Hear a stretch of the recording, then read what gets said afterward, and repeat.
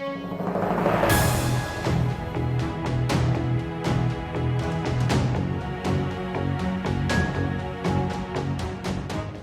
کامەران حاجی عومەر و تیمی باسی ڕۆژتان لێبێت. ئەم جارە بە دوواداچوون دەکەین بۆ جمجۆڵە بازرگانیەکان لە نێو هەرێمی کوردستان، ڕەوشی بازرگانان کە دەچنە دەرەوەی وڵات، کاڵا هاوردەی هەرێمی کوردستان دەکەین. باسی ژووری بازرگانی و پیشەسازی هەرێمی کوردستان دەکەین کە لە هەولێر، سلێمانی، دهۆک ژووری بازرگانی هەیە. لە 16ی چواری 2006 دوا هەڵبژاردننی ژووری بازرگانی و پیشەسازی هەولێر هاوکات ئیسلێمانیش بە هەمان شێوە ئەنجام درراوە. بابزانین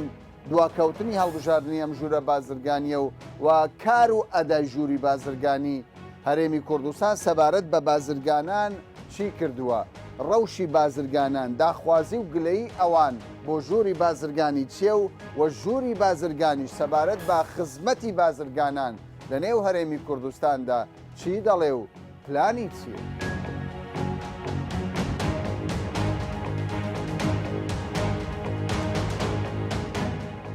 تۆ ئەندامی لە ژووری بازرگانی ناسنامەت هەیە؟ ناسنامەکەت پێیە؟ وەڵڵاهی لەلام نیە لە ماڵەیە. باشە چەند ساڵە تۆ ئەندامی؟ بەخوای لە مێژە لەوانێ 15 ساڵ دەبێت. 15 ساڵ ئەندامی؟ بەرێ وەڵڵا. باشە چ سوودێکت بینیوە لە ژووری بازرگانی؟ بە قورعان سوودەکەی هەر ئەوەندەیە ساڵانە دەبێ بچی پارەکەی بدەوی نوێکەوە هیچ ئیسیفادەمان لێ نەکردو بنسبەتە خۆم، یەک زەڕەش ئیسیفادەم نەکردووە. یعنی نە جارێک نە کۆبوونەوەیەک نە مەقسەد بەرنامەیەکمان بۆ دانێنیان لە تیجارەتی ئیسیفادەیان لێ بکەن هیچ شتێکمان 15 ساڵە تۆ پارەت بدەیت؟ بەرێ 15 ساڵە چەند پارەت بدەیت؟ وەڵڵای سارانە 100 و هەندێکە نازەم بەرارەوە. باشە کە سوودی نەبێ ژوورێکی بازرگانی تۆ بۆ ئەندامی لە وڵای ئەم جاروی مەقسە سەفەر دەکەم زۆر جار لە بۆ ڤیزە و شتیوا داوامان دەکەن دەێنە بە هێوێکەشت پێ بیان لە بەغدا لە جێگا بەس لەبەر ئەمە هەر لەبەر ئەمە باشە ئەوان دەڵێن کاکە ئەمە خزمەتی بازرگانانمان زۆر کردووە، عیلاقەیەکی باشمان هەیە لەگەڵ وڵاتان لەگەڵ بازرگانەکان، ئێمە نەبین بازارەکەیان بەو شێوەیە نابی. بەخۆی برام یەک زەڕە پەیوەندیان بەو بازارەوە نییە. ئێستا کە ئەو خەڵکەم بۆ خۆمە شای دێنم نە لێمان دەپێچنەوە نەدرێن لە کوێی دێنی نەگە من هەر هەموو خەڵک هەر کەسێک بخۆی ئازادە. تۆ پێم بڵێ چەند دەبێت تیجارەت دەکەی و بازرگانی کاری بازرگانی دەکەی؟ تقریبا 6 ساڵ دەوی. 6 ساڵ باشە. ئەکیدم دەبی هەوی ژووری بازرگانی باشە. ئەدای ژووری بازرگانی چۆن دەبینی؟ ئەوان دەڵێن ئێمە ینی لەوەتەی کە هەڵبژاردن کراوە لە 2006ەوە تاوەکو ئێستا خزمەتێکی زۆری بازرگانەکانمان کردووە، وامان کردووە پەیوەندیەکانی بازرگانی لە نێوان کوردستان وڵاتانی دنیا زۆر باش بێت. تۆ دەڵات چێ لەسەر ژووری بازرگانی؟ یەکزار بۆ زۆرێنی بڕوا ناکەم وابی کە ئەوان کەوای دەڵێن نەوانە. چۆن ڕاستیەکە چییە؟ سەرنجت هەیە تۆ؟ زیاتر تقریبا واستە واستەکاریە زۆربەی زۆری ئەم وای دەبینم. کورە کووایە واستە ئەوای دەبینم ئەوایە. واستە واستەکاری چی؟ ژووری بازرگانی ئەسڵەن ژوورێکە بۆ خزمەتی ئێوەی واستەی چی دەوێت؟ ینی تۆ چی ئیشەکەت هەیە؟ ئەسڵەن من یەکەم جار چووم لە بۆ هەویەکەی هەتا کەسێک ئەوەی من نەکرد نیاندا من هەویەکان نەدا من 6 ساڵە تۆ تیجارەتیش دەکەیت؟ بەڵێ. یانی بە واستە هەویەکە بە واستە وەرم گرت. بە واستە کەسێک گوتیە من دەیناسم و ئیش دەکا و ئەو هەویەکاندا منەکە نەنیان. باشە ڕۆژێک بانگیان کوردووی بڵێ کاکە کۆبنەوە هەیە شتێک هەیە لەسەر؟ هەتا ئێستا هیچ نییە هیچ. کەوایە تۆ لاوازی دەبینی ژووری زۆر. ئەی هەویەکەت بۆ دەری نەمادەمیشە ئەخەت بەخۆی پاسپۆرت دەیەوێت سەفەرکردن ناچاریە ناچاری ئەگەر ناخواگەر ناچار نەبی بەرپرسەکانی ژووری بازرگانی دەناسی؟ نەوەڵڵا یەک زار چوم هەویەکەم دەرینە تا ئێستا نەچوومە تا ئێستا.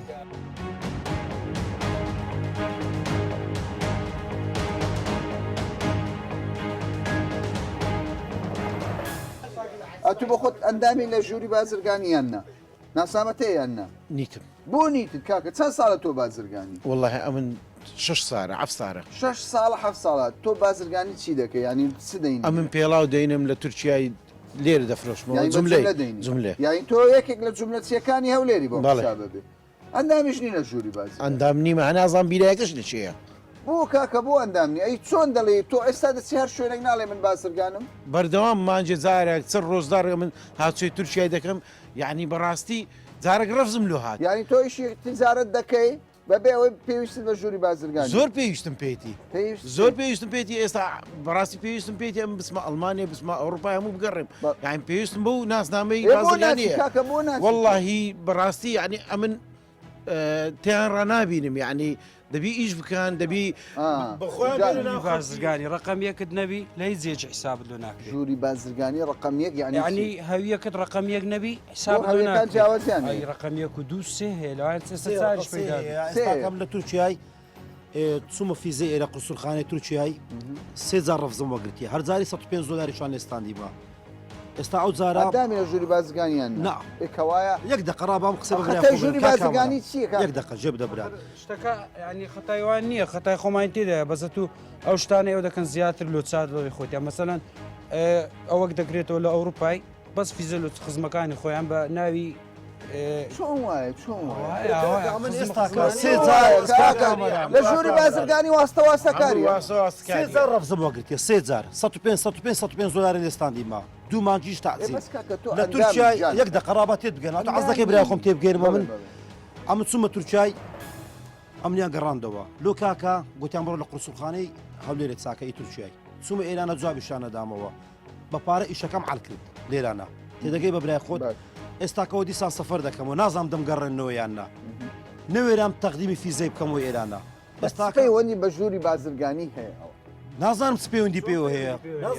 کابرا تاجیری هەولێرەیە هەوی هەیە لە غرفەتی جارەی حسابی لۆ ناکرێت ئیشی غرفەتی جارەی چییە؟ یعنی توسیبارەکەی نا لە تسپارەکەی نییە بەس نازانم چمت قوسڵخانەی تورکیا من بەم دەری هەبێ خرفەت و جارەی تەلەفۆم لەو معامیم کردیا دەرێکاک سەرکەوت لۆ دەردێنی مشکێنە بەس ئاەت ڕەفزم لێ دێتەوە یا نەگە هەویەکەیان دەبێ من ها چه گرنتی ئەوم ینی گرنتی ئەوەت نییە کە ئەو ناسنامەی ژووری بازرگانی ئەو هەوێش پێ بکەیت بەس ڕقمەکەم بەڵگایە ڕقمەکەم ئیشە پێ دەکەم ڕقم یەک ڕقمەکەم لەو کەم 1 میلیۆنی دەدەم دیاڵە دێ با ڕقم یەکم لەو 1 میلیۆنی ئەرێ بەخوای دەدەم ئالوەیەکەویە بەس خورفەی ڕقم تو ئەوە یەک ڕقم یەک ڕقم یەکەت ڕقم یەک حتانی هەتا 7 میلیۆن 8 میلیۆنیش لە زمانەتی دانی ینی کەفیری خەڵکی بیتن لە حکومت ینی یەکسەر حکومت لە هەوی ڕقمیەکی هەبی بەسەن کابرا سەفەرەکی ئەوروپای ینی ئەوەی لە ئێوە تێبگەم لە ئادای ژووری بازرگانی ڕازینی لا والله ئەمن هەرچی خەشم پێێنێ پێ درێمەوە باش بزانە تۆ شەروە پێڕازی ئاگای لە تاجیری ڕۆبی دەبی ئاگای لە بازرگانی خۆی درێم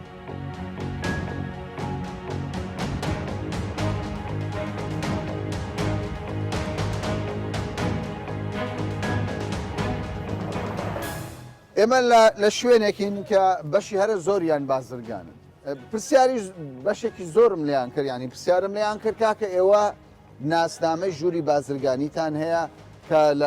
لە هەولێر زۆر زار دەگوتێ غورفەی تیجارە بەشێکیان دەڵێ نەخێر وەڵی من هەر سەردانی ژووری بازرگانیم نەکردووە بەشێکیش دەڵێ وەڵا من هەویەکەم دەرێناوە کارێکم پێ بۆ نمونامە هەوێ یەکێک لەو بازرگانانەیە کە ئێستا لە پشتم من وەستاوە تاریخەکەی چەندە 2013 سویەکی 2013 دەریهێناوە تاوکو ئێستا نوێی نەکردوتەوە ینی ناسنامەکەی ئەوەندە ماندووە خۆتان ئەگەر بیبینن دەردەکەوێت کە ینی ئەم ناسنامەی لای ئەو چەند باەخەوە بۆ نوێن نەکردەوە کاچی من تۆ بازرگانی بە پێویستم نەزانێن نوێکەمەوە بەرەوەی بەسم بە هۆکاریوەی دەبینم بەس بۆ پارەکۆکردنەوە هاوکاری چەند ساڵە تۆ بازرگانی من لە مێژە زۆر لە مێژە لە بازارژەکەم ئەو ناسنامەت وەرگرتووە ژووری بازرگانی دەڵێن کاکە ئێمە نوێنەری بازرگانەکانی وەڵا خزمەتیان دەکەین ویزیان بۆ دابین دەکەین کێشێکیان هەبێت لە هەر شوێنێکی دنیا ئێمە یارمەتیان دەدەین چیان دەوێت بۆیان نەکرد تۆ بۆ نوێن نەکردەوە وڵای بە پێویستم نەزانێ وەکو ئاماژم پێیان نییە ئەی چۆن دەرتینە ئەو کاتی لە هۆکارەکە بوو لەبەر هۆکاری هینامە دەرێنەکە ئەو کاتی دەرم نەدەهینە ئیجباری بوو کە هەویەکەی دەرینە ئیجباری بوو پارەکەی زۆرە چێ لەبە پارەکەی چێمەوە نه ئیسفادەی لێ ناکەم کە شتەشی ئیسفادە نەبیلووە من باشە تۆ بازرگانی سەرۆکی ژووری بازرگانی جێگرەکەی ئەو ئەندامانەی کە لە ژووری بازرگانی هەولێرن کەسیان دەناسی نەخێر تۆش ناناسی تۆ هەوێت هەیەیان نیشەبە هەتا هەوێکە لەهی ئەو کەونترە لەوانەیە ساڵێک دو سال کەونتر نوێم نەکردەوە بۆ نوێ ناکەنەوە لەبەرەوەی نوێم نەکردەوە لە 2023 مە ئیشی جملەی دەکەم 2023 بەڵێ لە 2009 بوو دەبوو کە برین بازاری دەڵارخانەی تێکچوو بەڵێ ئەو هەویەم برد هەموو شتێک فایل کامل داوای کۆگام کرد لای گومرجێ ئێستاش لەگەدابی هەر نەک جوابیان نەداوە نازان فیلەکەشم چی بە سەعات یعنی ژووری بازرگانیش هیچ شتەشی لەمە نەکرد هیچ شتەشی لەمە نەکرد نەبرەی تەصدیقکردنێک نەبرەی شتێک مەسەلەن لەگە ئەو فیلی بدرێ کە من بازرگانم و پێویستم بە کۆگایە تۆ چەند دەبی بازرگانی بازرگانی 5 ساڵ 5 ساڵە بڵێ باشە هەوێکەت هەیە ژووری بازرگانی نیم لە چه وڵاتێک تورکیا بەس تورکیا ئیران تورکیا لە چه ئێران تورکیا بەڵێ. پێویستیت بە ژووری بازرگانی ئاسانکاری نا هیچی ئاسانکاریەکی نیە چم بۆ دەکە ئەو یەمی نادرێت بە سارانە پارەکەم لێ وەردەگری بۆ نوێ دەکاتەوە ویستە لە گۆڕێنی یانی تۆ لە ترسی پارەکە هەوێکە دەبێت ئەوێنی ئاخرەتا ئێستا ئیشم پێینە بۆ لەگەیشم پێینە بێ بۆچی باشە کاکە بەس دە دنیا تۆ بچی هەر شوێنێت ئەگە بڵێ من بازرگانم دەڵێ ناسنامەکە دەکە قسەکە تاوا کاکەمان بەس ژووری بازرگانی پاپشتی کامە بازرگانی کردو تا ئێستا چیمان بۆ دەکات چی لەبەر چی بینە دەرێت چێکم پێ بڵێکە سوێنێت یاوارێ باسیەوە دەکە دەڵێ من عیلاقاتەکان بە قوت دەکەم کامە عیلاق دەڵێ من وا دەکەم ویزیان بدەمێ بە ئیسراحەت بڕۆن و بێن وا دەکەم کوالیتی ئەو بەرهەمانەی دێنین کوالیتە چی باش بێت زۆر جوانە بەس قسانە هیچی بەس لەسەر ئەعلامە هیچ قسەك لە واقع بوونی نییە دەڵێ ویزەم بۆ دەگری ویزەم ساڵی 120 دلاری دێ کامە ویزەمان بۆ دەگری 120 دلار لێ وەرەگرێت دەگەر دەری بین بازرگانی ئەوەریەگری ئەس کنسوڵخانە وەریەگری بیلفات یعنی ئەوە پێویستیان با ژووری بازرگانی ئەگە پێویستمان پێ هەیەمان دەردێنە باشە یعنی پێت بەجددی ئەنی ژووری بازرگانی وای نەکردو جمو زۆڵی بازرگانی لێرە باش کردو بەخوا تۆم دیوەم تا ئێستا شتێکی وام لەبارەی هەر نەشزانانی ژووری بازرگانی تاسە ناو بازاری دیوە خۆیان تاجرین کات لە چ تازیرین تازیری زێڕینە بەس تازیری سیکەنە هەر نەشیانم دیوە نایەن ناسی ناشیان ناس تۆش نایەن ناسی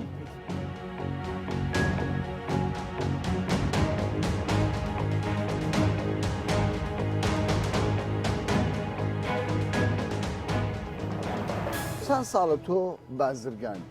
چەند ساڵ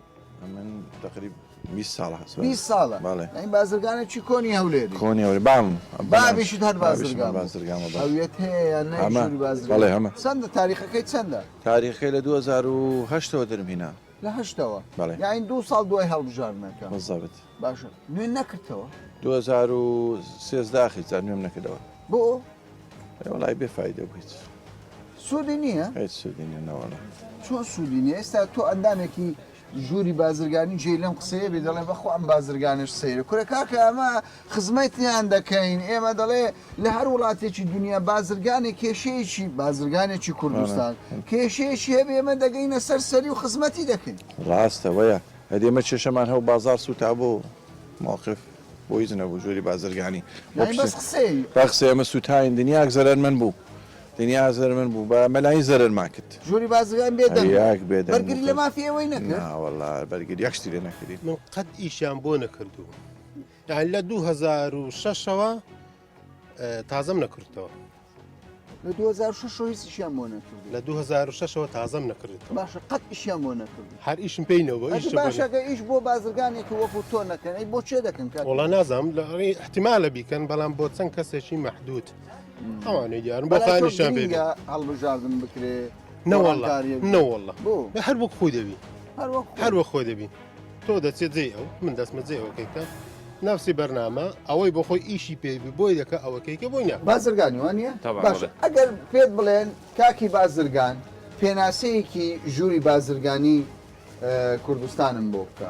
غرفەی تیجارە چۆن وەسفی دەکەی ئەمە چەند لە خزمەتی ئێوە بووە وڵای ئەم بەخۆم وەکو بازرگان وەکو دوکاندار و جملەچی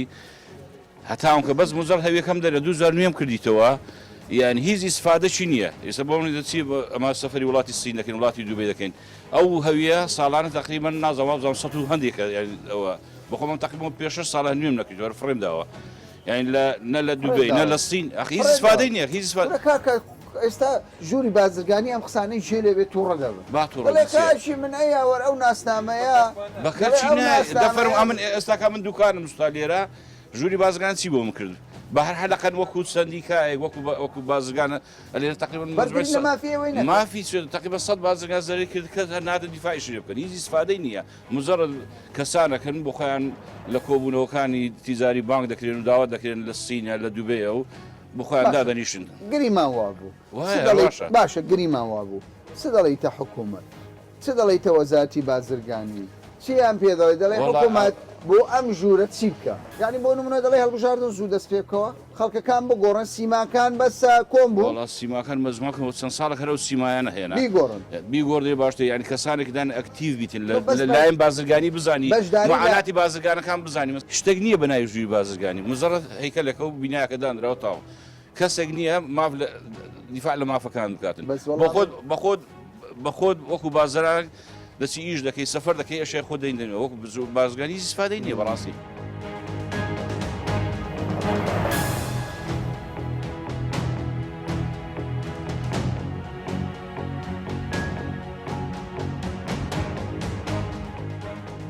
تۆ پێم بڵێ باست دەوە کرد کە ناسنامەیەکت هەیە دەرەجەیەکە و ئەم ناسنامەی هەموو کەسێک نیەتی باشە چی پێداوی ئەم ناسنامە هیچ چۆن هیچ ناسنامە کە احتیاج لە جرفانەوە ئەی چۆن دەڵێن کەفالەتی مەبلەغێکی زۆری کەفالەتەی میلیارە و نیوە 1 میلیار و نیوی هەیە دەرەجەیەک سبەی دەست بێ مەسەلان ئەتوو سارەی دەتەوێت دەربینی بچە دەروێ وڵات دەرێ کاکە زەحمەنی کەفالەکەم لۆ دەکەی لۆ دەکەم بە برادەراتی کاتوم ئەتوی دەناسم یا ئەو برادری دەناسم کەمە گرنگ نییە گرنگ نییە استفادەی نییە لە زیاتی وی لە زیاتوی دەچی پارەکەی دادنێ مەسەلە سارەکە چەندە 6 میلیۆنی نیوە با 6 میلیۆنی پارەی دادنێ مۆزەفەچی دەباشە مەرجەکانی تۆ چ بوو ئەو ناسنامەیە دووەگرت ئەو هەویەیان پێدا چوومە وێندەرسەدانی ئەوم کرد ژووری بازرگانی وتم پێویستم بە غرفەتی زارە دەرجەیەکەیە 5 میلیۆن و نیو یان 6 میلیۆن بوو دامێ و هەویەکەم وەرگ بێوەستە بێوەستە کەوایە ئەندێک دەڵێن واستەکاریە لە ژووری بازرگانیم قسە شوێنی بازرگانی تەبیتن ئەو من شوێنی بازرگانیم هەبوو چم تەقدیم کردم وەرم گرت وەرگرت باشە پێم بڵێ ئێوە زێڕنگرن ینی بازرگانن دەچێتە چوارچەوەی کاری بازرگانی زێر لە دووبەی دەینن لە تورکیا دەینن ژووری بازرگانی بۆ ئێوە چی کردووە و قازانجێکی بە جمجۆڵی بازرگانی بە گشتی داوە بەڵێ بەخێر بێن طبعاان وەکو زێرنگر ئێمە هیچ نوێنەرەکمانیە وەکو زێرنگران یان بازرگانێک زێر لە ژووری بازرگانی نەخێر نیتمان نەبووە بەڵام لەو چەند ساڵەیان لەو علاس لەو ساڵی کەەوە هەڵبژارنێک بکرێتن نوێنەری زێرنگری تێدا دەبی بە ئەکییت لە 2 هەتا 4 زێرنگری 4 بازرگانی تێدا دەبیت باشە ئێستا ئێوە قەت پرسیاری ئەوە دەکەن چەند ساڵە پێویست بۆ هەڵبژاردن بکرێ هەڵبژاردن نەکراوە بۆ نەکراوە بەڵێ بەخۆیەوە نزیکەی 4 ساڵە هەڵبژاردن نەکرا ئەو شتێکی زۆر خراپە ئەوانی کە لەوێن هەموو برای منە ئەمە لە ئەدایوان بەڵام لەو سیستەمێکە ئەوان ئێستا پەیڕەوی دەکەن 4 ساری تێپەڕاندەوە دەبای هەتا ئێستا عەلە لەقەن 4 هەڵبژاردن بکرابایە لەبەرەوەی ئێستا ئەمە هەموو پێویستمانە سەر لە نوێ داڕشتنی ئابووری هەرێمی کوردستان بەرەو پێش ببین هەتا ئێستا ئی هەرێمی کوردستان لە قۆناغەکی ڕاوەستایە ناتیتە پێش لۆ لەبەر ئەو شخصانە ئەو هەر ئەو شخصانەوە 4 سال لەو جێنە هەر بەخۆیان یعنی باینی کاتیەوە هاتووە بگۆڕدرێت تاکی دەبی بگۆڕدرێ و سیستەمەکی نوێ جوان ئابووری هەرێمی کوردستان پێویستە بەرەو پێشی ببین هەر فکر لە نەفتی نەکەینەوە هەر فکر لە چتکە نەکەینەوە دەبی یعنی وە بکەین ئاسانکاری بکەین بۆ هەموو بازرگانان زۆر باشە بەس گلەی لە ژووری بازرگانی دەکرێت کە تۆ سەفەری دەرەوە زۆر کردووە ژوور بازرگانیەکانی وڵاتان چ جیاوازێکیان لەگەڵی خۆمان هەیە ئێستا کە مەسەلەن ژووری بازرگانی جیهان هەموو بەشەچی هەیە بە تایبەتی بەشی زێرنگران هەیە کە زۆر گرنگی پێدەدەن داهاتەکی زۆر باشیان هەیە لە وڵاتان بەداخەو لە ژووری بازرگانی مەشتە چێوانە بەس دەسەن ئەوەی نووسرایە مهنە سیاغا کەوایە پێویست دەکات ژووری بازرگانی سەر لەبەری بەڵێ پێویستی بە پێداچوونەوە کاکەمەرە هەر شتێک سندیکابی ژووری بازرگانبی حکوومەتبی گۆڕانکاری ناوی نەکرێ سەر ناکەوێ بۆ 4 ساڵە ئەوانەی وێندەری یەک لە یەکتر محتەرەمن یەک لە یەکتر خۆشەویستن هەمووی برایمەنا بەس گۆڕانکاریش بکرێ خۆشە بەخۆی ئەمە لە ئیشاڵە لە بەرنامەکمان هەیە ینی لەو مانگەیە لەو چەند مانگەی دامانەیە بە سەراحەت ژووری زێرنگرانی کوردستان دابمەزرێنی یعنی بە هیچ زۆرە پەیوەندیمان نەمینە لەگە ژووری ئەو ژوورە بازرگانی لەبەرەوەی هیچ زیارنگرەکانی مە وەکو ئەو وەفدانەی دێنیان لۆ دەرەوە مستەفید نینە زیارنگرەکانی مە بەعام هی هەولێر و دهۆک و سلێمانی دامانەیە ژووری زیارنگرانی کوردستان ئەعلام بکەین و بەڵام هەندێک ئیجراعات هەیە و دانیشتنی دەکەن لەگە حکوومەتی هەرێم نیقابەیە کۆمەڵەیە نازانم چێ ئەوانە هەموو یەک بگرین و ژووری زیێرنگرانی کوردستان دابنین وەکو ئەو سیستەمانەی کە لە دەوڵەتان هەیە بە تایبەتی تورکیا کە پەیڕەوی دەکاتن لەبەرەوەی تورکیا ئێستا نەجاعەتی هینە لە ڕووی زیێڕی لەبەرەوەی ژوورێکی تایبەتی هەیە زۆر احتیمام بە پیشە بواری زیێڕنگری دەداتن نەجاعەتیان هەیە لەسەر ئاستی جیهان ئێستا وڵاتی تورکیا یەکەم وڵاتە لە بۆ بەر مۆدیلاتی زێڕ و لە بۆ کڕین و فرۆشتنی زێڕ.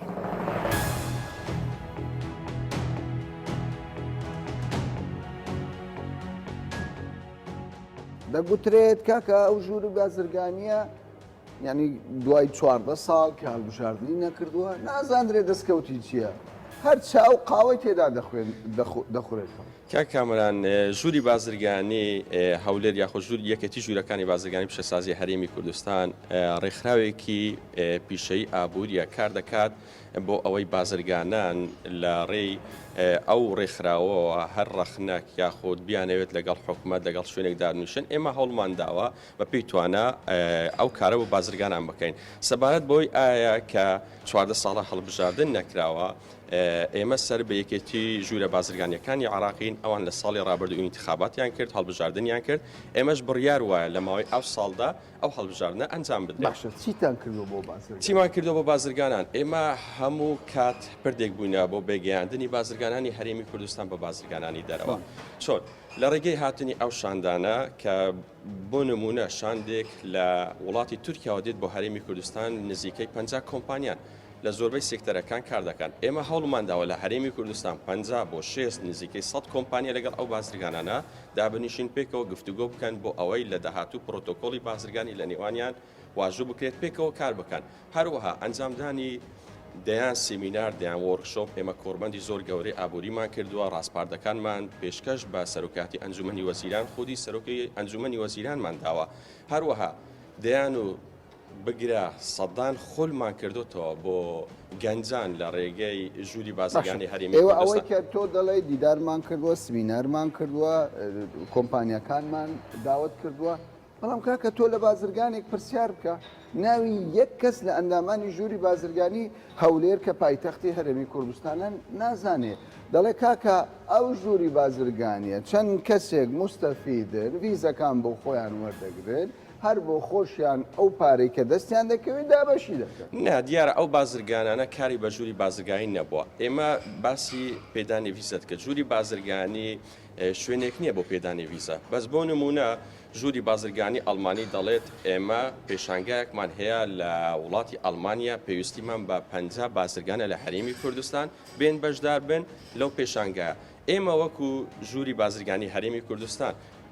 تەڵاب بۆ ژووری بازرگانی سلێمانی ژووری بازرگانی دهۆ ژووری بازرگانی هەولێر دەنێنین کە پێویستیمان بە ژمارەیەک بازرگانە بۆی بەشدار بن لەو پێشانگایە جگە لەوەش ئێمە لە ڕێگەی سایتی خۆمان سایتی ژووری بازرگانی هەرێمی کوردستان ئاگاداری بڵاو دەکەینەوە بۆ بازرگانان چ بازرگانێک دەیەوێت بەشدار بێت لەو پێشانگایە دەتوانێت سەردانی ژووری بازرگانی شەفافیەت بەڵام بەشێکی زۆر لە بازرگانان دەڵێن کاکە لەم ژوورەدا لەم یەشێتی ژووری بازرگانان واستەت نەبێ کەس مەرحەبات ناونانە بە پێچەوانەوە دەرگای ژووری بازرگانی کراوەیە تۆ وەرە بەیانی وەکو بازرگانێک سەردانی ئێرە بکە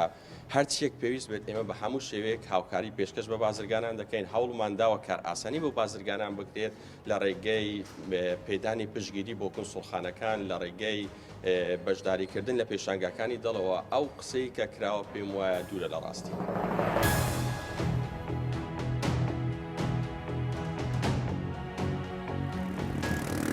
بەشێکی زۆر لە بازرگانانی هەرێمی کوردستان لە ئادای ژوورە بازرگانیەکانی نێو هەرێمی کوردستان رازینین چ لە هەولێر چ لە سلێمانی چ لە دهۆک سەرڕای ئەوەی کە ئەوان دەڵێن هەڵبژاردن نەکراوە ئەوانەی کە ئێستا ئەم ژوورانە بڕێوە دەبن بە پێشەوانەی بنەماکانی یاسایی و دیموکراسیە چونکە تەمەنیان لە ڕێگایەکی وەک خۆیان دەڵێن ناقانونی درێژ کردوتەوە بەڵام لەگەڵ ئەوەشدا گلەییان هەیە دەڵێن ئەوانەی ئەندامی ژووری بازرگانین و بەرپرسن